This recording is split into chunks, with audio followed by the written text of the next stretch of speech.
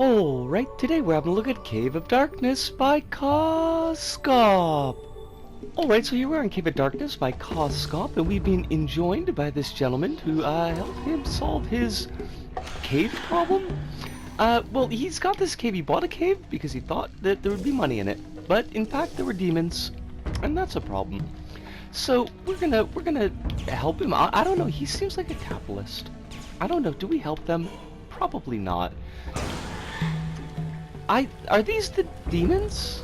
I mean, I am assuming yes. The bloke, the gent, mentioned their spoopy eyes, and definitely got spoopy eyes. I don't know how I feel about them having just like a straight up square cut into the rock for them. I think you'd have done a little bit of shading with this. This level is it's a bit of LBP2 goodness that I grabbed by searching around on some other creators' pages. How do I get up there? Bounce pads? Did we come up through here, or did we not? We did, right?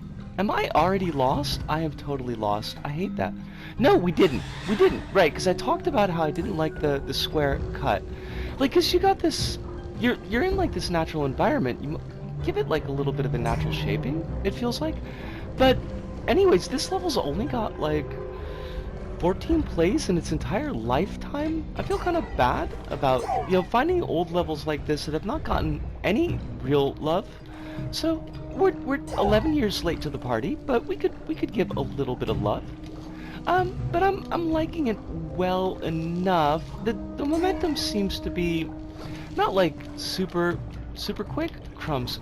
I can't see hardly anything, which is semi-appropriate. It is the Caves of Darkness, but like there's a weird blurriness to it that is making it a little bit hard to engage with.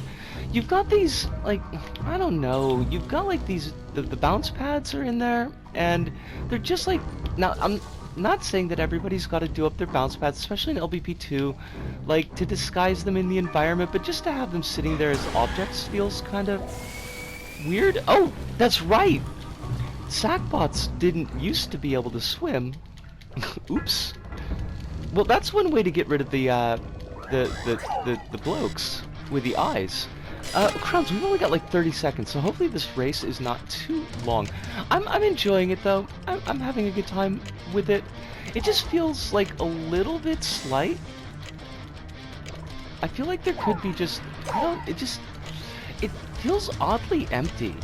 I don't really know a better, nicer way to put it than... Oh, crumbs. I was looking at the clock, and that's not what you want to do.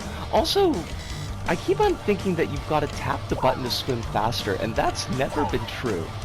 And people have called me that on stream before, like, why do you do that? Why do you always tap the button to go faster? We can hear it. And I'm like, I can't help it! That's what I think you've got to do, is the problem. I keep on bumping into these walls, and I'm hating everything about that. Also, I know that the timer's out, so we're gonna have to go back to the... I don't want to go back to the hub until the race is over, though. Crumbs! Okay, the race is over. We're gonna go back to the hub. We'll see you there. See yas! And we're back, and Cave of Darkness by KaaaaasKop, and I'd say it's a pretty light, pretty soft yellow square. It's not really done anything bad enough to warrant getting an orange diamond, but I do feel that it doesn't really much live up to the potential, and is like a number of levels that I've played. It's a quietly competent level. It's got a beginning, it's got an endpoint, it's got action that largely moves you through, although I did find the pace to be a bit slower and without momentum. So like it's got all the bits that a level needs, but again it doesn't feel like it's something that would stick in the mind quite long term. Now, as far as what the level is doing, we've got like that above ground, underground. Well, it's all underground, but we've got like the cave section and then the underwater section. We're helping Mr. Moneybags clear out this cave of demons? Question mark. They don't do anything, and that's one of the things I do want to kind of... We're just going to front end with that, I guess, is that the level... Part of the reason that it has very little momentum is that there really isn't anything of hazard in the above ground sections, and there's not really much to do in the above ground sections. And the real disappointment of that is, like, you've got it set up that Moneybags is telling you, oh, this cave is filled with spoopy demons and I can't go in there because they got spoopy eyes. And then, like, you've got demons. Those are set up antagonists. They could be doing something like emitting rocks to drop on the player, or they could be walking over buttons that would let down spikes or something like that. Like something that would make their presence more than just decoration, which is what I feel like that they are ultimately in the end. So you go through the cave, and there'll be sections that are blocked off, and then you go into the underwater bits. And now I did like the underwater bits fairly well. I feel like the presentation was best in those sections as far as shaping of materials goes. Having it like the camera's kind of pulled in a little bit closer, and the area being a lot tighter, and you get those kind of like jagged crevasses, and you got the stalactites and little bits of rock that are coming in from the sides, and I think that it all looks pretty nice. In the above ground sections, it feels a little bit more boxy, it feels a little bit more square, and like you got like the flat background in a lot of it that it doesn't really show off KaaaaasKop's ability to play around with materials and shaping. So definitely you see that more in the underwater bits. Now the underwater bits are fairly dim, and I did find that at times that meant that I wasn't quite sure like where I was supposed to be navigating to, like where the actual opening in the crevasse was that would take me to the next section, or remembering if I was backtracking, because my memory is pretty terrible. That, like, I feel like it works for the type of environment that it is, but it could be a little bit annoying at the time. I did like the fact that those underwater sections are kind of like sectioned off a little bit, so none of them are overly large in and of themselves, because underwater sections I do find tend to really drag down the pacing of levels, because the swimming is so slow in LBP, and that's not like the worst thing in the world, but when you've got a level that's already got like pacing issues and momentum issues, I think that like not putting too much time under the water was probably the best call. Now, as far as the underwater bits go, and there are two bits that I would kind of like to mention. When the first one is when you're in the racing section, which I think is the second underwater section, and basically the route is like the snake route through a cave that's going upwards. There's a special name for that. I don't remember what it is. I'm not going to look it up.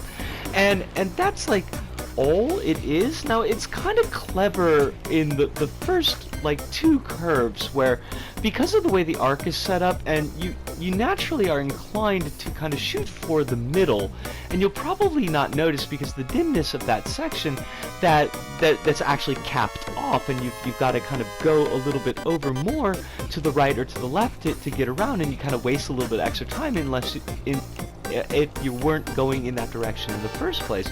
And I kind of appreciated that like the first two times, but then it just keeps doing that. That is the entirety of the race, and I feel like maybe just something different in there just to mix it up a little bit might not have been uncalled for.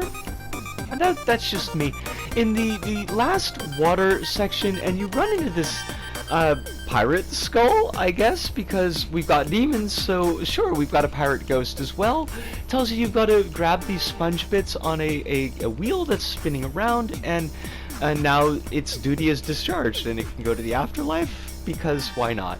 And like, that wasn't really a bad section. None of these sections are really bad sections, but like, you've got lights on the wheel where the sponges are, and I think that making those lights change color when you grab the sponge so that there's a visual indication that was done, because it's real easy to miss because of the dimness whether or not a sponge has disappeared.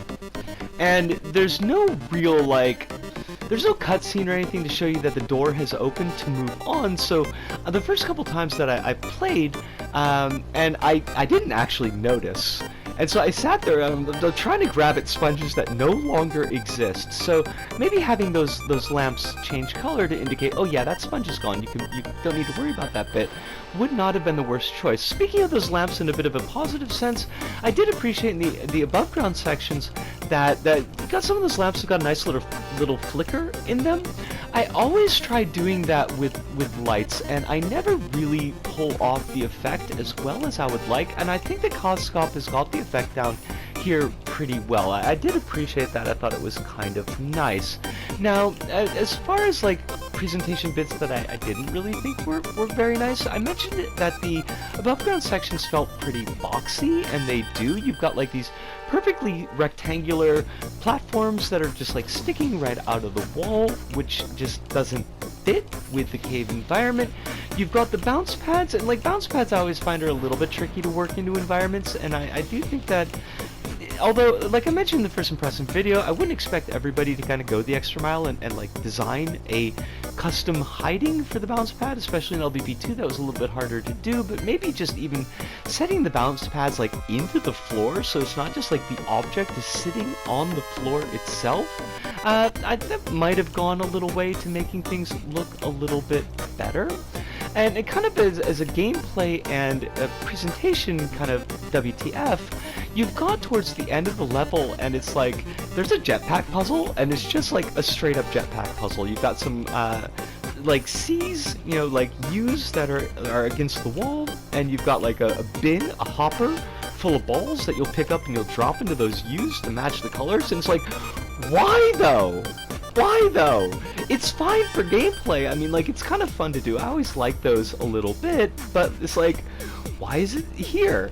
Why is it in a cave? Like, I feel like KaaaaasKop wasn't really sure, am I making this as like a natural environment, like, so to speak? Am I making this as just like floop, throw things against the wall and it's just like, it's just stuff environment? But like, that doesn't seem to fit because so much work has been done in the actual cave that why would you put a ball puzzle there? I don't get it. And it's like, it's not bad, it's fine. This level is, it's like aggressively fine. Did I have a good time with it? I guess I didn't have a bad time with it. I feel bad in this review because it's hard for me to say like a lot of positive things about the level, but like it's also hard for me to really rag on the level and like point out criticisms because it's just like it's a level that exists and it's fine. It's perfectly fine. And I'm fine, and I hope that you're fine. And I've said everything I could possibly... I've said more than everything I could possibly say about this level, so I'm just gonna go. So from me, Isco, here in Tokyo, to all of you out there, wherever it may happen to be, thank you, arigato, arigato, sayonara, see you, and ciao.